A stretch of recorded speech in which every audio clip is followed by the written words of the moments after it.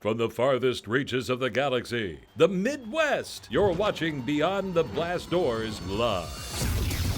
Welcome in on this Sunday. Beyond the Blast Doors, BTBD Live is here and well with you. We are talking about The Rise of Skywalker Part 2. I am one of your hosts of BTBD Live, David Amilati, doing a special edition episode. We did this last week. We'll do it again with Part 2 here this week, talking about The Rise of Skywalker, the things we like, the things we don't like, the things we don't quite understand. And here we are, you and I together having a Star Wars conversation, the way that it's meant to be here on Beyond the Blast Doors, where you and I get to have a conversation real time here live on YouTube. And in case you didn't know, we go live every Sunday. The time seems to vary. This is an ongoing trend here on the YouTube channel the last couple of months. The time in which we go live changes, but nevertheless, you can always find us on YouTube going live, doing our show. Usually it's myself, Jesse, and David Gilbert going live, talking about the latest in news in the Star Wars galaxy.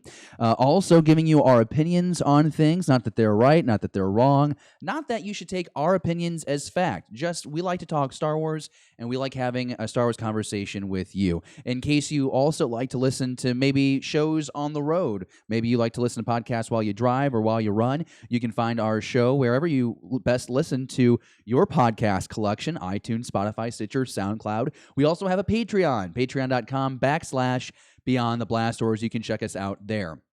It's a very interesting time right now in the Star Wars community, because we are kind of in a lull, right? The Mandalorian has wrapped up Season 1. We know production is underway on Season 2. We have The Rise of Skywalker. Now it's been in theaters, and as of today, we can confirm that it has won the box office for a third straight week. Rise of Skywalker will cross the $1 billion mark, and we will look at the Disney Star Wars era. The fact that 4 of the 5 films made more than $1 billion. Force Awakens obviously making more than $2 billion worldwide. And we will look overall by saying, my goodness, what a success for Kathleen Kennedy, Lucasfilm.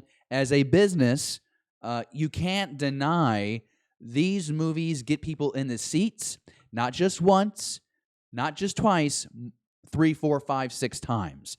That's what happens. People go back, and the rewatchability of these movies is incredible. And something that we talked about the last time we got together here on BTBD Live, we talked about the fact that this movie, 2 hours, 21 minutes, whatever it is nonstop action. You are thrust right into the battlefield in the very early seconds of The Rise of Skywalker, and you are beaten over the head with action for 2.5 hours. I'm not complaining about that by any means. I thoroughly enjoyed the movie, although I have only seen it twice. Gilbert has seen it, I think he said 7 times. He will not confirm the actual count, but he says that he will see this movie in theaters more than he saw The Last Jedi in theaters, and I believe it was 7 times in the theater for The Last Jedi. Thanks again for joining us here on this special edition of Beyond the Blast Doors, The Rise of Skywalker spoiler conversation. There will be spoiler talk from here until the moment we end this live stream, so if you do not want to be spoiled, by all means, go somewhere else. And then come back to us when you're ready to be spoiled. But 3 weeks in theater, I think it's safe to have this open conversation.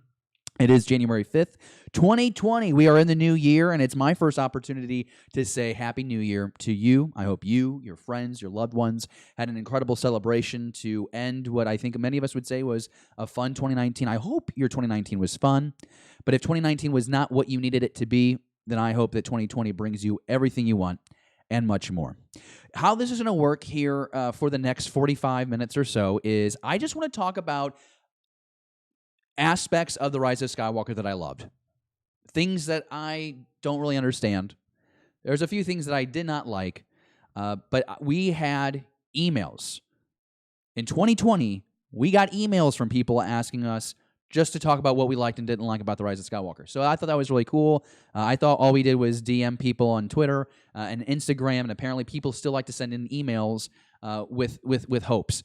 So we are going to be talking about what I liked, what I didn't like. Part 3 should be, we're doing like a series. Part 1 I thought was cool. I think that I was dealing with like some head stuff, congestion. So I think I sounded crabby the whole time, but basically what I did was a character breakdown of all the main characters in The Rise of Skywalker, what I liked about, what I didn't like.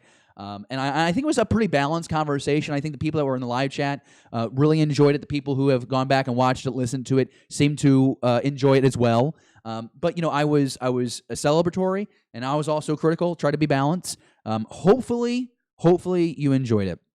This is going to be a little bit different. I have a list of things that I want to get to, and I have it broken up into two categories, simply like the things I liked and the things that I'm still working to like, or I didn't like. It's however you want to look at it. And I'm really excited to see where this conversation goes. We have a few people that reached out on Twitter that have opinions on The Rise of Skywalker, and so at some point we will pull that up. If you want to have your tweet pulled up here on the show, all you have to do is go to @BTBD Star Wars and tweet at us. You can also use the hashtag BTBDLive. We will pull up those tweets and start talking. Live chat already bouncing. So before I go into some topics, let's go ahead and just see who is with us. We got Shannon Gates with us. She's here with us for a few. Shannon is a new member. I think it's fair to say member, or just a new person in the BTBD community. She's very vocal. She has great opinions. And what I like about her is the fact that she has her opinions.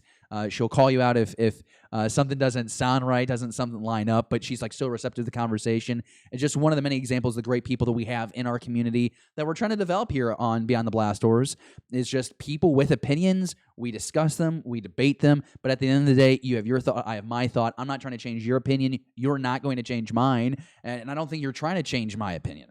We're just Star Wars loving people, and that's really fantastic. We got Bake the Snake in the house. Rural Farm Boy is one of our moderators in the live chat. Good to see him here. We got Mr. Rez talking about Solo 2. It seems like, I did not mention Solo 2 because it did not make $1 billion, but my goodness, when you add up the 5 movies that they've made, it is. I think it's just shy of $5 billion. No, that's not accurate at all. It's well over $5 billion because Force Awakens did $2 billion. Rogue One did $1 billion. You had Last Jedi do $1 billion. You'll have $1 billion here with The Rise of Skywalker, and it probably ends up closer to $6 billion made in the box office because of those films. So pretty incredible. We have 8 people joining us live. Dale Erdman back in the live chat after joining us for I think what was a great episode of Streaming Star Wars with Ammo and Fletcher last night. That is the second show on the Beyond the Blast Doors YouTube channel. Pete Fletcher and myself get together once a week, and we talk about everything that is exclusive to Disney+. Pete says that there is a way, because all the movies are on Disney+, he says that is an opportunity for us to talk all those things, but I think we really want to focus on The Mandalorian, Kenobi, Cassian Andor, Clone Wars. Apparently, there's this Rebels sequel spin-off series that's going to drop here in 2020. That's according to the rumor. We talk about that in detail on last night's show. You can catch that on the Rewind right now on the YouTube channel.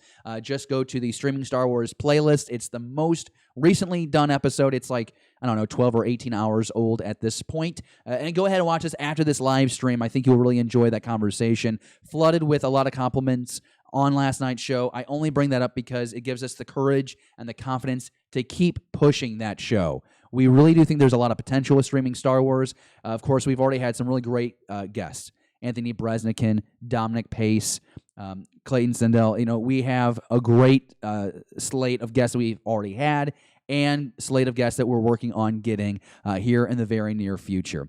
Looks like it is time to get underway. Also want to say hi to Ms. P, who's in live chat with me. Really appreciate it. Rural Farm Boy said he missed it. Get back. It's okay. I'm not mad at you, Rural Farm Boy, but make sure you check that out because I think it is the best episode yet. Count Von Strange also in the live chat as well. Anakin Skywalker making an appearance in the live chat. Really excited to have Anakin Skywalker, the Chosen One, in the live chat with us. Really appreciate it. We're going to have a lot of fun. So basically the way that I'm going to do this is we're just going to go ahead and talk about what I like. And after each little thing, I'll pop in the live chat and see what people are saying, and we can have a conversation about that topic at hand. So we'll start with the positive. We'll go to the things that I'm still working on, and we'll go from there. And I want you to comment. I want you to have a conversation with me in the live chat. We have about 40 minutes or so, and then we are going to call it a day. And then you can, of course, catch us on the Rewind, share with your friends, all those fun things. And yeah, I haven't mentioned it, but you can totally follow our Star Wars conversation all the times at BTBD Star Wars on Facebook, Twitter, and Instagram. Go ahead right now if you can. Hit that share button. Share this live stream to your social media right now. Let's double the live audience right now, and let's get a cool conversation going in the live chat.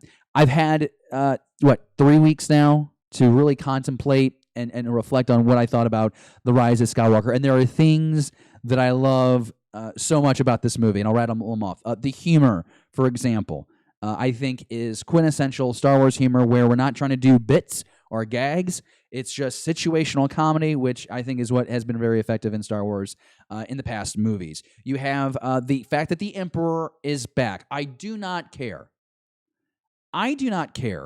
if you don't think that Kathleen Kennedy and J.J. Abrams thought that the Emperor would be back at the very beginning. I don't care. I don't care whose idea ultimately it was to bring back the Emperor. There are people online that will tell you that this is a situation where they had to take a hammer and smash the emergency glass, and they were going to use Palpatine. And that's been the ongoing joke for years. That eventually they had to bring him back. I was on the show a year and a half ago going, man, I hope they bring back Plagueis. Go back to Force Awakens. 2015 was Force Awakens. We didn't start the show until 2016, but I, from the start, like many other fans, by no means am I the only person saying this, but I wanted Plagueis to be the one kind of looming over this whole thing. But I really can get behind the idea that Palpatine is the one orchestrating this whole saga from the shadow. Really into that. John Williams' score. The fact of the matter is he brings in, what is this now? 4 or 5 decades worth of composition. Composition that spans 9 movies now. Puts them all into one movie. Brings them in and out very well. I got emotional at times because of just the music. And also new little tidbits. I thoroughly enjoyed it. I have a friend. His name is Steve. He happens to help with the show. He has all the Star Wars soundtracks on vinyl, or at least the original trilogy. I'm thinking that's something that I'm going to do. Once I collect all of My Chemical Romance's vinyl records, I'm going to get all the Star Wars soundtracks on vinyl. And, I know that My Chemical Romance is back, and I'm really happy about it. Kylo Ren is by far the greatest character I think that we've gotten, if not the greatest character that we've gotten out of this sequel trilogy under Disney's tutelage. The quality of performance, Adam Driver, Kylo Ren, is just second to none. What we get with Kylo Ren is what I thought we were going to get with Anakin Skywalker in the prequels. This frustrated, confused, conflicted individual who seeks power, wants respect, and is failed by those who surround him. And we get parts of that in the prequels, but Hayden Christensen's Anakin Skywalker failed some people. I think that's a bit harsh. There's times where I don't think it's great, but I will say this. Revenge of the Sith is a top 5 Star Wars movie in my book. And you might say, well, is that saying a whole lot? That's more than half of the films. There's 9 saga films, and you're saying, no. You got to put in Solo in there. Let's put Rogue One in there. That's a top half movie for me. I really think, and again, Empire, A New Hope, Rogue One, Revenge of the Sith is there. And then I debate whether I want to put Return of the Jedi there or Phantom Menace. I know people cannot believe that's how I rank the movies, but that's what it is because that's how they bring me joy. Daisy Ridley does her best in this movie. She did an interview with, I believe, EW right before the premiere of the movie and talked about how, you watch Rey evolve in the 3 movies, and it's much how you've seen Daisy Ridley evolve in the last several years. She exudes more confidence. She says she feels more confident, and you see that with Rey, even though at the beginning of the movie, she's very unsure of what she should be doing. She's like, I'm going to study these Jedi texts. I have to train. She, while her friends want her on the front line fighting because their numbers are so small. So I think Daisy Ridley's performance as Rey is really great. And to me, I said this before, you're not watching a Star Wars movie for like that Oscar-worthy performance. But what I think that when the right actor is chosen for the role, you don't realize it's Daisy Ridley or Adam Driver or Mark Hamill or Carrie Fisher or Harrison Ford. When they're in this world, when they're in those clothes, when they're saying these lines, they are their characters. I think that's a magic about Star Wars, that no matter the situation, you're going to buy into them. And, the believability of it, I mean, that is a part of acting, right? In the sense that their performance is so good that it allows you to escape reality and say for the next 2.5 hours, these people are, they're named Kylo and Rey and Luke and Finn and Poe. You know what I'm saying? So while you don't, and all this, keep in mind, Last Jedi, people were saying coming out of there, the critics were saying that Mark Hamill delivered an Oscar-worthy performance. Maybe for supporting, maybe. But I will always argue this, that because Star Wars has this strategy of getting relatively unknowns to play new characters, the believability of this world, I think it's effective. And I think that's why you see fans growing old, loving the franchise, and passing it down to the next generation, why you see thousands of fans turning out to Star Wars Celebration. I had someone tell me the other day that, Star Wars is just, it's a movie that you go in a movie theater and turn your brain off, that you don't go in there expecting good cinema. Now, keep in mind my last point. I think there are great acting performances in Star Wars. I think the assumption is you don't go in there to find Oscar-worthy performances. I think you leave there completely forgetting these are real human beings and thinking they're actually the characters they are, which is why I love Star Wars. For example, Rose Tico. I don't think a lot of people were mad at Kelly Marie Tran. I think people didn't like Rose Tico. I say that. These people are ridiculous. You are allowed not to like something, but nothing entitles you to the opportunity to degrade another person for who they are, the job that they do, the art that they create. So be that as I may. That's a tangent for another day. By the way, 10 people in the live chat with me right now. Thank you so much for joining me here on streaming Beyond the Blast Doors, live streaming here on a Sunday in the afternoon, a little different than our regular time, but so glad to have you with us. So, right, I really enjoyed Daisy Ridley and what she did with The Rise of Skywalker and Rey. There is a complexity there.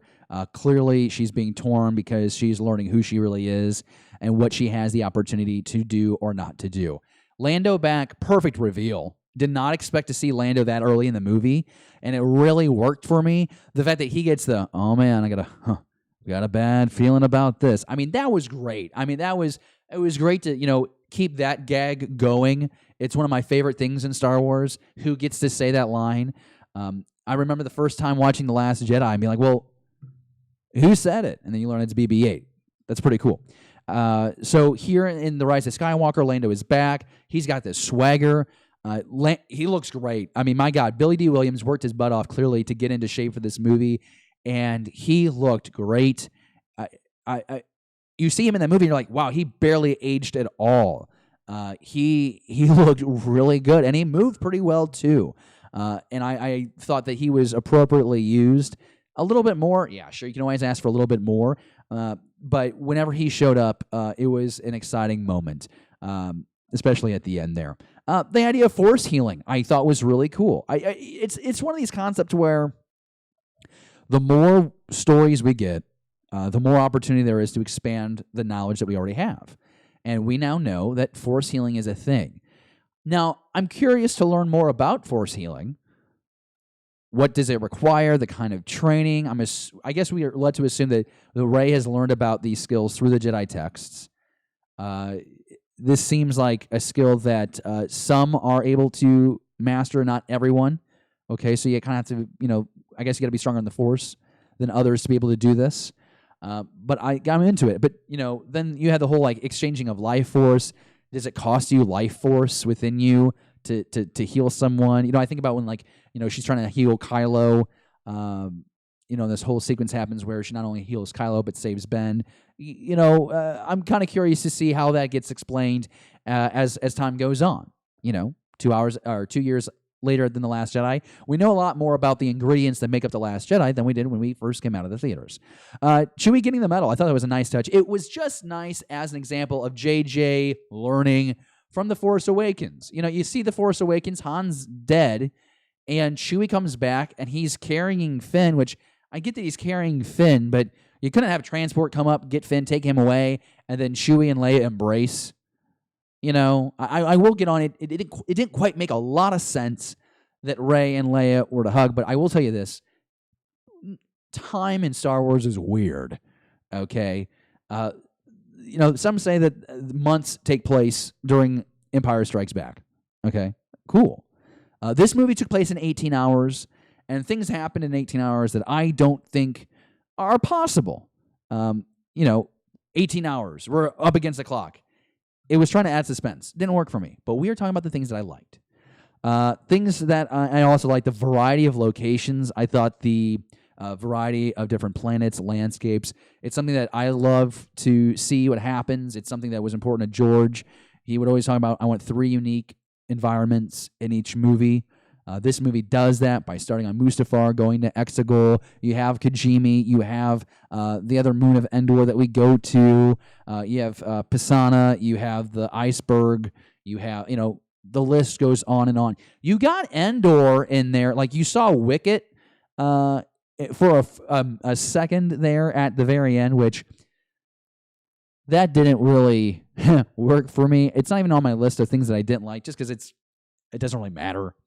But, you know, there was a cool montage there when Lucas went back to do Return of the Jedi, where you visited, like, Naboo and you visited Coruscant, and, you know, there was kind of a cool sequence of seeing, like, you know, the Imperial Regalia, like, you know, torn down.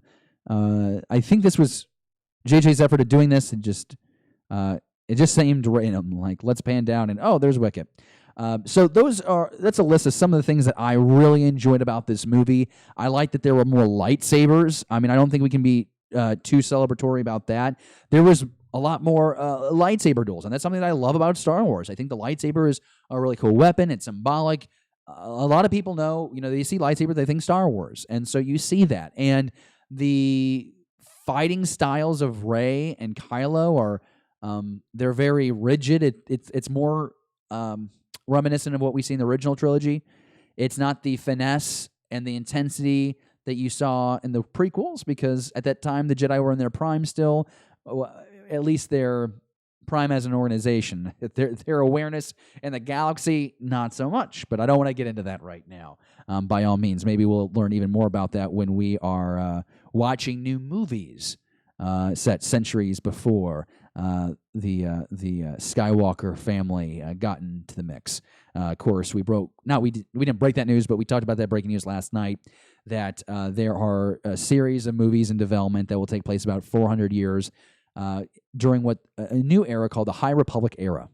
Really exciting to learn more about that. Jason Ward over at makingstarwars.net broke that news last night. Cool. So, Discovery Bay Comics. We got Bake the Snake in there talking some more. Let's go ahead and jump into live chat real quick, just because I have the opportunity to do so. And let's see what's going on here. So I'm going to scroll up a little bit. Everyone's just talking. This is great. Okay, here we go. So Bake the Snake says, I've watched it 6 times. I enjoy the flick, but there are some parts and choices I am not a fan of, but still way better than The Last Jedi. You know, I get it. There is, when we first saw The Rise of Skywalker, I was like, wow, this is a direct sequel to The Rise of Force Awakens. And a lot of people saw that. A lot of people said that. It's the fact that it feels like JJ just made the movie that he was going to make had he continued. I kind of wish he would have continued with the 8th episode, or at not, if that wouldn't have been what would have happened. And at the same time, burnout's a real thing. You did this huge production. You had to keep it under wraps. It makes more than $2 billion. I'm kind of glad that he went away and did some other stuff that would make him happy. Like, I think that was actually great. I think that was a great move. But I wish that there would have been like a sit-down plan. Okay, this movie just made more than $2 billion. So what do we want to see happen here with the next one? And how are we going to end it? And then go have Ryan write his script and then come back and have it kind of fit in this world. I think with everyone just telling the story that they want to tell did not best serve the overall story. You see times where JJ just completely took the wheel and put it right back on the tracks of his story that he envisioned. And we'll get into that later, and that's totally fine. But that is something that I will recognize. The Last Jedi, there are things I appreciate about it, but it's by no means my favorite Star Wars movie. Galactic Creations, would anyone like to see one of my Clone Trooper tributes? Sure. Aggressively relaxing, something this movie has not gotten credit for, is they let us hear the Emperor's voice, and we all freaked out. Opening crawl. Everyone heard the Emperor, and they all are all freaking out. Okay, so I guess there's two ways. And aggressively relaxing, please clarify this in the live chat if I miss this. But I think that you're basically saying that what happens in the movie reflected what happened in real life. We heard the Emperor's cackle in April at Star Wars Celebration, and fans went nuts. The ones that knew what was going on went absolutely nuts. And that is exactly what happened in Star Wars. This message was put out to the galaxy, Emperor is back, and everyone's freaking out. They have 18 hours before the Sith fleet destroys a bunch of planets and kills trillions and bajillions of lives. Yeah, I mean, that definitely exists. I will say this. The first thing that's on my list of things that I did not care for about this movie, that I didn't like, I should say. It's not that I didn't care for it. I mean, I guess it means the same thing, but it's maybe a nicer way of saying it. It's just that I love the dead speak. I'm hooked. This message goes out to the galaxy. The Emperor's back. Okay, let that be like the first moment of the movie. Is you go down to like street side of different planets, and you're hearing this message go out. Also, an explanation of how he would have been able to pull off this like mass communication. I mean, the galaxy's a large amount of space. That takes up a lot of bandwidth. That's all I can say. A lot of bandwidth to get that message from Exegol all the way out to the rest of the galaxy. But as someone told me at work, it's Star Wars. It doesn't need an explanation. I call BS. I would have appreciated the explanation. But more importantly, how the Emperor came back. You said it in the crawl, and you set in the crawl to save yourself 15 minutes from having to show us on screen. I think the Emperor back to life is something worth showing on screen. That is just me. Okay, scrolling down, Bake the Snake says, I knew the leaks and wasn't a fan of what I heard, but it was way before the movie release, so didn't believe them. Well, they were all right, and it didn't ruin my experience. That's good. I really tried hard to avoid spoilers myself and leaks, and I will say that we definitely approached our Star Wars conversation here on Beyond the Blast Doors and BTBD Live differently, because we did not want to build up expectations for this movie. Here's what we've seen. Here's what we think of what we've seen. It'd be cool if this happened, but I'm not going to put over-unders on things. I'm done with that. How bad do you want to see this happen? I'm done with that.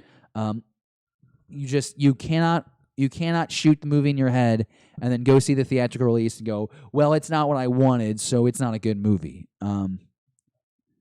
That's just not a healthy approach. Bake the Snake, I exactly didn't like their choices, but I enjoyed the movie. Can't say the same for Last Jedi. Royal Farm Boy, I love Star Wars because it tells me stories that keeps me away from the modern day world. Escapism, it's like a really important thing. Like sometimes you just need to like turn your brain off for a couple of hours. Discovery Bay Comics in the house, good to see him. Really great. Bake the Snake says, great taste in content. I don't know if that's a compliment to me or to someone in the live chat, but either way, thank you. Rural says, JJ knows he missed at past it now. Okay. And Dale Erdman, the Palpatine family is strong in the healing ability as well. Sidious kept Anakin from dying by taking Padme's life force and used it on him. Very interesting theory. Don't think that's confirmed, but that's a very interesting theory that Palpatine somehow used the life force of Padme in order to save Anakin. Very interesting. Is that confirmed somewhere? I feel like that's something they would drop in a comic that we would have liked to have seen in a movie as well. Bait the Snake. Well, if it was planned from the beginning, they probably would have used Episode 8 to build that up, but Rian Johnson went rogue. Okay, he didn't go rogue, though. Let's be very clear. He did what he was told to. He went and wrote a Star Wars story with these characters with bullet points of what JJ is doing with The Force Awakens. But what I think should have been done is that you wait to see the reaction of The Force Awakens, and then you get everybody at the table, and you decide what we need to do with the last, Episode 8, and what needs to happen in Episode 9 to wrap this all up. It can't be a baton toss, a baton handoff. It just doesn't work out. And I think it did in some ways. It did not overall. I'm just telling you how I feel. I'm not saying that I'm right and you're wrong. I'm not saying, this is how I feel. Okay. Anyone else in the live chat? Okay, cool. So everyone's just having a conversation. And yeah, I just, it's funny. It's like, everyone's just having a good time talking about their opinions on The Last Jedi, which is sometimes what Star Wars conversation apparently in this day and age is all about. Is just just that movie, and that's fine. Like I've been honest, not my favorite, but at the end of the day, I have my opinion, you have yours, and you have your right to have yours, I have my right to have mine, and there is no convincing here, whether it's on this show or in the live chat. Our policy is we respect everyone's take, and there is no disrespect, because the moment there's disrespect, woo, we done talking. It's just life's too short, and at the end of the day, like, it's a movie, and it means a lot to me, and it probably means a lot to you, and that's why you're watching. But there's just no reason to be disrespectful towards other people, and so I just ask that everyone in the live chat or the comments after watching the rewind, just be respectful. Say what you want to say, just be respectful. Okay, so let's go ahead and take a look at this list real quick. I've got about 20 minutes left. We're speeding by, not like we're speeding by. So to say here on a Sunday, but I want to keep this really tight, partially because I have some errands I need to run tonight, but I do want to be able to have a conversation about these things, things that did not work for me when it comes to the rise of Skywalker. I have my microphone cable wrapping behind me. Things that I and it's not the end of the world things, right? I went to the movie and it's fun, but consistent with what we've learned in previous Star Wars stories. Friend at work tells me that you just go to Star Wars to turn your brain off. It's not this like great, you're not looking for this great experience. Well, actually I am. Because I watch the movies a lot. They're how I escape my stress. And I read the books, I watch the cartoons, I read the comics, I do a podcast and YouTube show with my buddies and talk with people around the world about Star Wars because it makes me happy. This is how I cope with my reality. And so for me, I do expect, consistency in some areas because I make the time and the financial investment into the series. And so do you. You might like to read the books, or maybe you like to read the comics. So let's keep things a little consistent. Real simple things. Luke's scene. This is me being nitpicky. I don't think it was bad at all. It was great to have him as a Force ghost.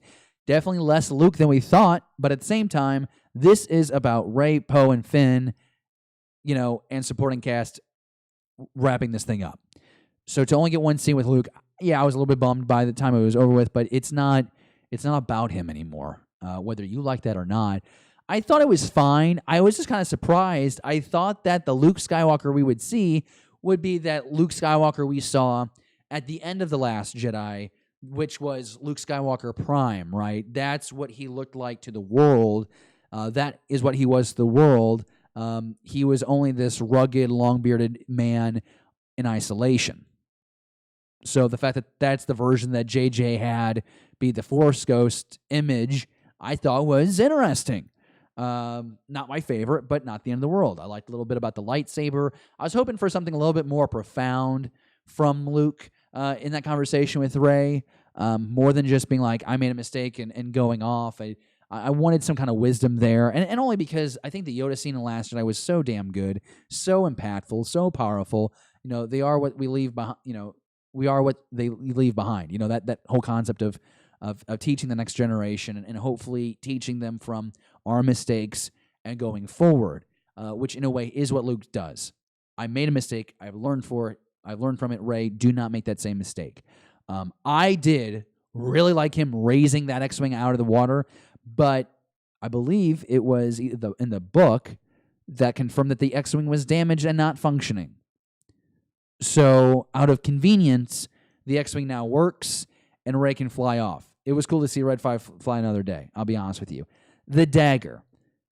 We've seen the rise of Skywalker at this point. The dagger is supposed to be taken to the wreckage of the second Death Star, and it will reveal where you can find the Sith Wayfinder, which there is apparently a difference between a Wayfinder and a holocron. Fine. I don't need it to be a holocron. There are people on social media outrageously upset about this, and it's just not that big of a deal. But the dagger, like, who made that? How did they make that? Like, why would you make a dagger?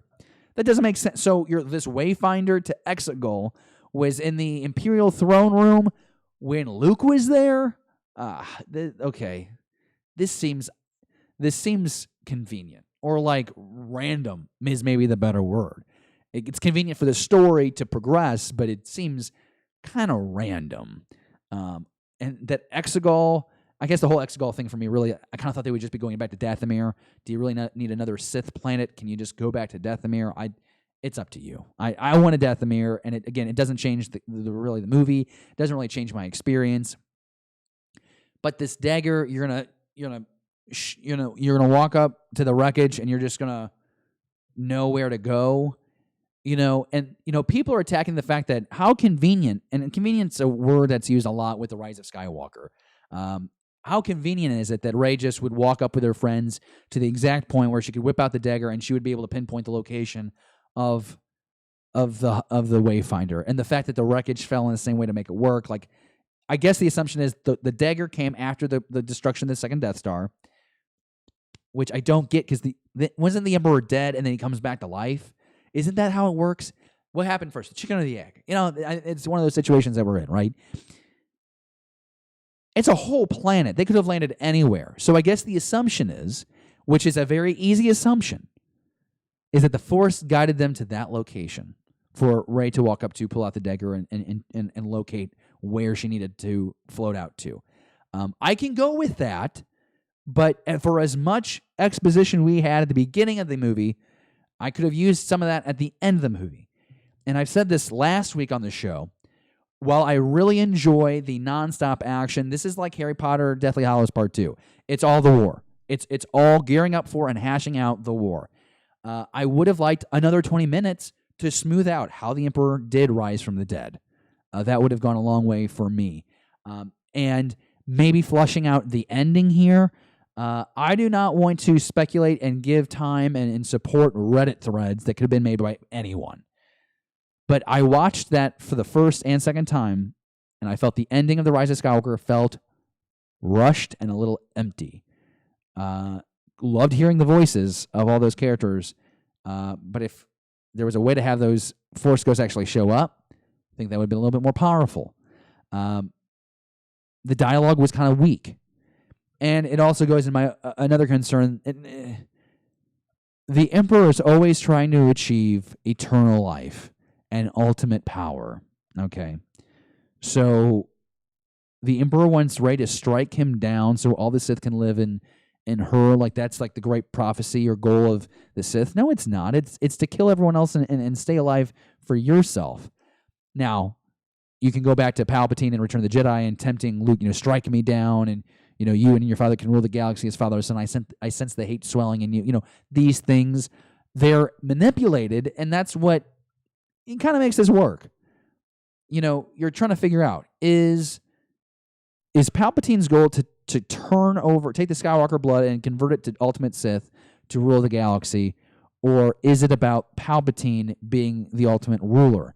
And when you get Kylo and Ben there and he's sucking the life force from them, okay, so this seems more in line. And then in my head, I'm thinking, okay, maybe what happened here is the Emperor tricked both of them to get them both here so he could zet the life force from them, and, he could, reign supreme. And, can anybody just suck life force from each other? I think this might be just a Sith power. I'm not quite sure. It hasn't been explained to me yet.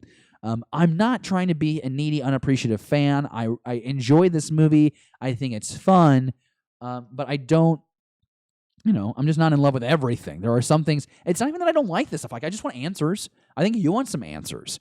And that's why we talk about Star Wars. I think there's nothing wrong with being like, I don't understand how this is possible, and someone, please, for the love of God, explain this to me. Okay, going back into live chat real quick, because I want to take a little bit of a break here. Bake the Snake. Yeah, Sidious manipulated the Force so it would counter with balance. That's how Anakin was made. Okay, cool. Go with that. Johnny Orm. Really glad that he's in the live chat. Maybe it's Yanni. Oh, I'm so sorry. Mr. Orn has also subscribed to be on the Blast Doors channel, so really appreciate that. There is some conversation here about Vader comics. Oh, here we go. Dale Erdman. Well, they dropped Sidious influencing Anakin in Shmi's womb, and everyone thought that they were saying he created Anakin, but then Matt Mason with the story group Matt Martin with the story group said, nope, not what it meant at all. True. Cool. What errands am I running? Mr. Rez, the kind of errands that they're just important errands that I have to run on a Sunday night. Got some obligations to keep here while I'm on a break of sorts. Okay. Live chat here. Luke had his time in the larger story. The story is bigger than just him. And that's a valid point, Rule. I think that I go back to the point that, since you had these original movies in 77, 80, 83, whatever the years are, right? Ever since then, we've all been wondering, what did Luke, Leia, and Han do after that? And you have the majority of the fans living for decades wondering what the hell happened to them. And then when you're having a franchise, and this is a point that I drive home a lot, it's rare that a franchise can have a movie made, come back 40 years later, and still have all the same actors and actresses and tell another story. And so I think it's fair to have the opinion that it was a missed opportunity to do more with those original trilogy characters. If you believe the rumor that there is a Rey movie under development, which I think, why not? Why would there not be? If you have like a Han, you have Harrison, Carey, and Luke, Mark Hamill alive, give us one more adventure where we can see what they've done, and then let crap hit the fan, and then do this baton toss, and let the next generation save the day if that's really what you want to do. But that's what I wanted. And I'm not saying that is the solution. That would have made me happy. It might not have made someone else happy. You like a lot of what is going on with Star Wars today. That's great. You're happy, and that's wonderful. But to me, Luke is a big part of Star Wars because I think Luke was a character, whether you were male or female, you could still empathize with the fact that you felt like you're a nobody.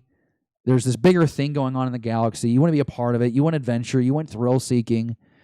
And when you think that you're just going to die on this moisture farm on Tatooine, and then you go out and save the galaxy, and then you get to go on these, it gives you hope. It allows me as a little kid to dream, wanting to accomplish great things. And so I think for a lot of people, Luke is a big ingredient, a big aspect of the overarching story. So that's my take. Surely Luke actually admitting being wrong was his profound moment, according to JJ. Okay, yeah, that's fine. Because Luke didn't seem to feel like he had screwed up until the very end, where he decided, okay, I gotta step in here. I'm gonna go take on the whole first order with a laser sword, and that's what he did. And it was a great moment. The whole kissing Carrie on the forehead, yeah, that was gold. Dale Erdman, yes, Luke catching the saber and showing how much influence Sidious still had his obsession with Death Stars through Snoke. He builds Starkiller Base, definitely foreshadowing he's still in the galaxy. Yeah, and you go back and you read things, like now if you go back and read The Rise of Skywalker #1 by Charles Soule that came out a few weeks ago, there's that line in there by Snoke where he's like, had I had a Skywalker by my side, the galaxy would have been mine a long time ago. So it's a creation of the Emperor. Snoke, we know, is a creation of the Emperor, but like, what is he? Like, is he just like matter that he molded through and he created life? I don't know how. And then, like, does he have the memory of Palpatine? Does he have, like, the soul of Palpatine? Is he like a Horcrux like we see in Harry Potter? Or is he just like a creature created and brainwashed by Palpatine? I have no idea. These are things that I want to know. These are the things I want to know. Man, things you were saying are making me hate this movie more than like it, and I already dislike it. Nemesis Prime, I'm not trying to... you're coming in at a part of the conversation where I'm saying, here's the things that I had difficulties with. But there was a lot of things to celebrate with this movie. It is a visual spectacle, first off. Never did I think I'd see that many Star Destroyers on screen. It almost seemed obscene, like it was too much. I thought that was only possible with like animated shows. We saw more lightsaber battles than the first two movies in the sequel trilogy combined. I think you got better performances out of everybody. Still, Adam Driver's Kylo Ren better than anyone else's. But I'd also say that Ben Solo was like the most underutilized character. Like, he makes a sacrifice. I get that. But like, he only said, ouch. Like, have some words. Let Ben talk. If you're going to redeem him, let that man say something. Something. Didn't say a word. And that's okay. I hope we get more with Ben. I hope we get more Ben. I went through the first Phantom Menace thinking what the hell are these people's problems? This one's just as bad. Only now we have the internet and everyone's opinions matter. They do, but I don't know if you're referring. Are you referring to the Phantom Menace or like the Phantom Menace? Because the Phantom Menace is a movie, and Phantom Menace is like a bunch of cranky fans. Anyways, really thought it looked whack and didn't show any of the growth of the character. New helmet would have been better and made Disney more money. Kenobi admitted to being wrong. Luke did too 30 years later. Yeah, poetry. It rhymes. But you just looked at it as, you watch the original trilogies, and it's like Luke literally learned from the sins of his father, and he didn't. But that's how like life works, and that was what Rian Johnson was trying to do, is show that the hero's journey, it's not the hero learns and then lives like a perfect life as Christ. It's the hero still makes mistakes. The hero continually, life is a series of lessons. Bake the Snake says, I align a lot with the Phantom Menace, but they're wrong about a lot of things with this film. They're just stuck in their ways. Yeah, it is a fun movie. Like, it is a fun movie. And it concludes this trilogy, I think, well, but in a sense, it feels more like a sequel to The Force Awakens than addressing things in The Last Jedi. Or you can make the argument, because if you watch The Rise of Skywalker, you don't need to watch The Last Jedi. You just know that the only thing that you wouldn't know is that Luke did die, and how you wouldn't know how Luke died, and you wouldn't know how the Resistance is in such turmoil. I think that's fair. Is that a fair? Tell me what you think in the live chat, if that's a fair assumption. Rural Farm Boy loves the Star Destroyers. Dale Erdman wants me to keep reading. I don't know for what. That's what the ellipsis is for. Ellipsis. What was the ellipsis? Reminds me of the what was the catalyst? No, the Eclipse. The Eclipse was the Star Destroyer in Legends that was Sidious's. It looked badass. It was like black and had this like thing coming at the very end. Yeah, it was pretty cool. Didn't need the Bollywood choreographed dance. Bake the Snake. The Bollywood choreographed dance. Oh, right, when they're on Pisana. Yeah. I don't know. And just showing different cultures. I mean, you go watch the Clone Wars, for example, you're going to get a lot of that. You're going to get a lot of different cultures from around the galaxy. So that's the latest in the live chat. I'm just kind of exploring there. I only got a couple minutes left here. So I just want to say thanks again. Episode, I don't know. This would technically be like 79 or 80, but I'm just doing, part ones, part twos, part threes of Rise of Skywalker conversation. But just having a great time with you and having the Star Wars conversation. By all means, if you haven't already, remind you that when this episode ends, you can go back on the rewind and tell me what you like and didn't like about this movie. Tell me what you like. Let's celebrate what we did like here. Let's be positive. What did we like about this movie? There is a lot to celebrate with it. It was a cool movie. There's just some things that didn't work for me, and there's some things that didn't work for you, and there's some things that worked really well for you, and that's great. There's some things that worked really well for me too. But you can always find us on Facebook, Twitter, and Instagram at BTBD Star Wars. Comment on the rewind of this episode with your favorite thoughts, or maybe there's something that I said that you did not like or you really did relate to. I want to know what that is down in the comments below. Also, you can listen on iTunes, Spotify, SoundCloud, Stitcher. If that's how you choose to be listening to the Star Wars conversation right now, I greatly appreciate it. Okay, so some things here. I don't understand hyperspace in this movie, because we're told that hyperspace, that the movie, there's 18 hours until this impending doom, right? And somehow, by the time Lando gets back into the mix, he is going to go out to the core worlds and recruit as many different people, as many different planets as he possibly can.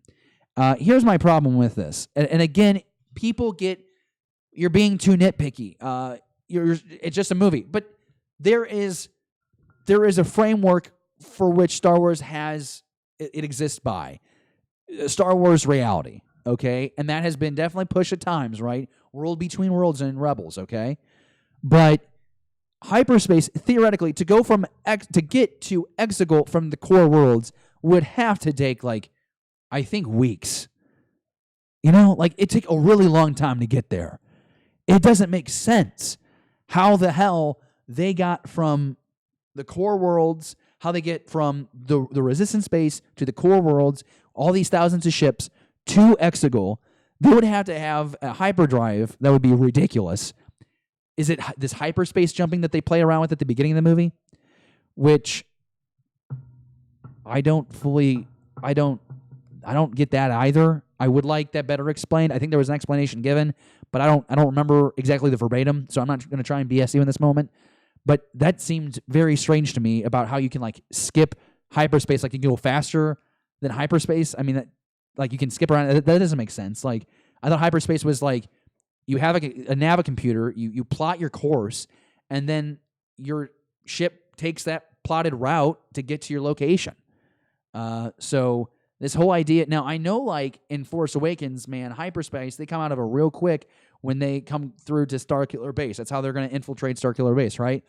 But there just seems like you could just die like really easy doing this whole hyperspace force jump thing. I don't know. You know, that's kind of how, I don't know. That's just my thought. It seems a little strange, hyperspace being manipulated. The backs are against the wall because it's 18 hours on the game clock. I don't think we had to put a game clock on this movie. I think that created some that created a sense of suspense that went inflated at some point in that movie, because you're like, how the hell could all this happen in under 18 hours? Going from all these planets, like it just, and again, I'm weird, and I'm like really like I'm watching this movie and enjoying it, but I'm thinking these things. I just don't get how they're going from point A to point B. Yeah, for me, it does not work with what's previously been established in Star Wars, and that's just me. If you're reading comment limited to 200 words, and there's at the end that's an ellipsis, find the next comment, and it'll make more sense. Thanks, Dale. Wow, that was appreciative. That didn't feel snarky at all.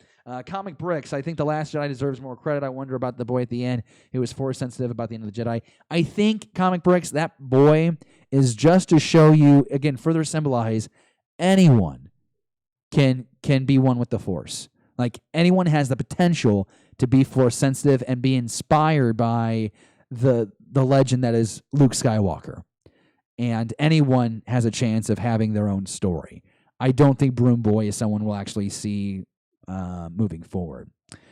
Real Farm Boy, Star Wars is weird. Always been. Very good point. Very, very good point. Dale, I'm not talking bad about you. I teased you for being snarky, but I read most of your comments, man. I celebrate you. Okay, cool. So, I'll be at the Rise of Skywalker again. Okay, so Dale is going to go back and see the movie. Great.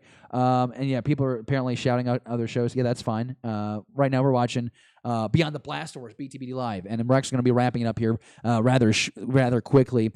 So please be sure to, if you have any last-minute thoughts you want to share, please, by all means, get that here into the live chat. Dale, by the way, says, yeah, I think JJ just did the hyperspace skipping, and the ties following him is just telling the fans, shh. Okay. Yeah, maybe. Hyperspace tracking. Okay. Yeah, Dale is clarifying. See, I knew Dale and I were friends. I was like, why does Dale not like me? Dale and I are friends. It's all good. Hyperspace tracking is now possible with ties. Yeah, that's true. But I guess I'm not questioning the tracking, Dale. And to you listening right now, I'm not questioning the tracking thing. That at some point, yeah, that seems like a legitimate technology we would have figured out in the Star Wars world because, everyone's running away in hyperspace. We should be able to track that person through hyperspace. Makes sense. That makes sense to me. That goes back to like Rogue One. That was a deep dive in Rogue One. So yeah, there we go. Cool. So it seems like they're having a lower conversation. Okay, cool. All right, cool. So I'll leave that one alone. Anything else I didn't talk about here? Oh, if Kylo is still Supreme Leader, where's the First Order? Where is the First Order in this movie?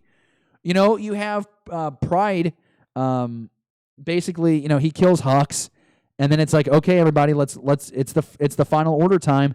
Did everybody with the First Order? Did they all just like go and join the final order? Like, what happened to all those ships, all the sympathizers? It's like the First Order is like just not even a thought at like the midway point of this movie. It's like once Hux is dead, and once we're trying to make our approach to Exegol.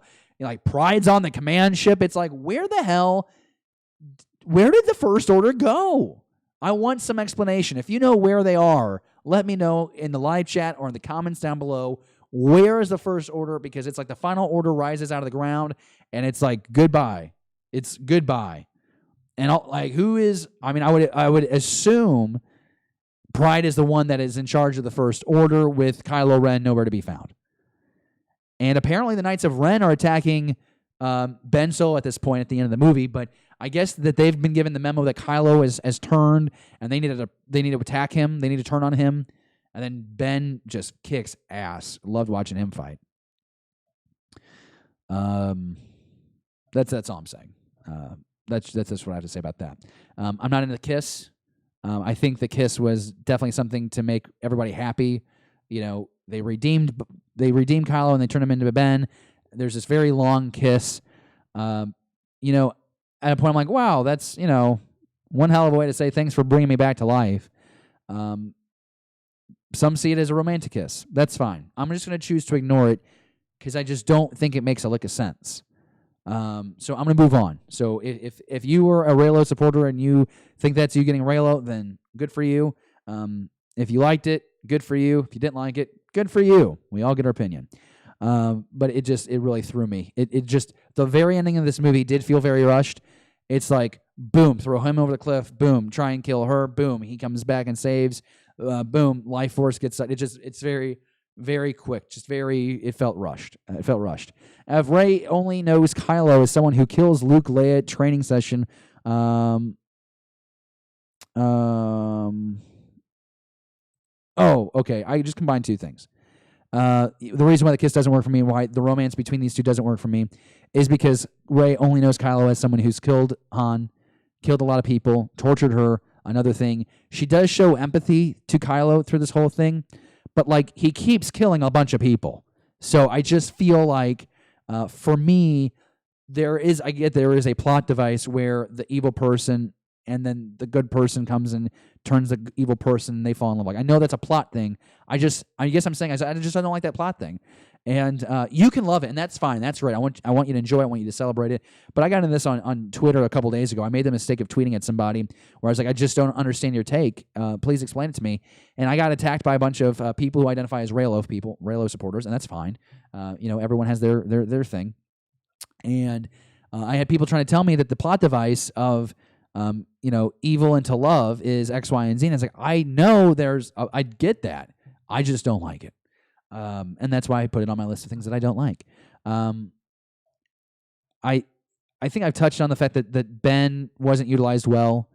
Ben comes back just to give Rey one last chance at ending this whole thing. And he makes that ultimate sacrifice. But I guess if you're going to redeem him, I would have liked a little bit more than just the word ouch. But that's just me. The Rise of Skywalker, spoiler talk here with BTBD Live Part 2, I think is one for the books. Really enjoyed our chance to get together and have this conversation. I love Star Wars. You love Star Wars, and we're having a Star Wars conversation here. Live audience, while we were doing the live stream on a Sunday on January 5th, 2020, we had as many as 15 people in the live chat with us. Great. Please do share this episode with your friends and encourage them to tell me what they liked about this movie and what they didn't like about this movie. Let's continue that Star Wars conversation. So to Mr. Rez, Rural Farm Boy, Bake the Snake, Dale Erdman, Discovery Bay Comics, Mr. Rez, I'll shout him out again. Just thank you to all these people that joined us for the live show. Comic Bricks was another one. Just a great conversation that was happening in the live chat. And of course, let's continue the conversation here on the Rewind. Mr. Rez, Star Wars is pretty badass, the whole thing. I will take it. Oh, I like this one. Star Wars is like a pizza. No matter what's good, we are here to nitpick it. That is a really good look. And I don't know where you stand on this, but here's where I stand. I think pineapple definitely does belong on a pizza. It tastes delicious. All right, that's going to do it for Beyond the Blast Doors. Rural Farm Boy, thank you as always for being in the live chat as a moderator. Thanks to all of our moderators. Babu Frick was a breakout star in this movie, by the way, Bake the Snake, because every time he popped up on screen, he was freaking funny. And it distracted me from the fact that somehow everybody knows about the Sith, even though the Sith have been dead for like centuries. But that's just me. That is a topic that I want to hold on to a bit, though, and I want Jesse and David with me. I want to discuss the Emperor, how he's back, how people seem so aware of the Sith. I guess it's because of that transmission that Palpatine sent out. Talk about the hyperspace, but then we're going to definitely celebrate this movie as well. I'm really looking forward to that conversation. I think I'm going to buy pizzas and brews, and I'm thinking like something like a 3-hour special where we're going to wrap up this spoiler conversation and then move forward with everything. Because on the next show, I really do want to tackle the idea of, the series of movies set 400 years before the prequels and see what the High Republic looked like, and talk about the chance of a Rebel spin-off series with Ahsoka and Sabine, and explore what could happen in these final 12 episodes of the Clone Wars. Like, I want to get into that with you, and it's going to be pretty great. So everyone who joined me on this hour conversation here on BTB Live on a Sunday, I appreciate it. For you listening right now, whether that's on iTunes, SoundCloud, Spotify, Stitcher, it just means the world to me that you support this show, the Beyond the Blast Doors channel, and join us over on beyondtheblastdoors.com. Please, we are working so hard to make our website the first stop and a one-stop shop for everything that you want in Star Wars. We have unique articles. We do comic book reviews. We do editorials. You can find our shows. I'll even pull it up for the live audience right now. I want you to be able to see what we're doing over here on beyondtheblastdoors.com, because I am super proud of it. Our family is growing. We've got 3 or 4 writers now on the website, which is really exciting. Here, let me pull it up real quick. This is beyondtheblastdoors.com for my viewing audience. And, we have our top stories where, you'll see our Mandalorian Season 1 finale review. We talk about the comics. Here's that Rise of Kylo Ren by Charles Soule. You have an editorial here by BTBD Sam Catanzaro about what he wants to see next with Star Wars. And it goes on. And you can get the podcast stream there. You can get, we have the latest episodes of both streaming Star Wars and Beyond the Blast Doors at the bottom. So, it's just a really cool thing that we're doing right now.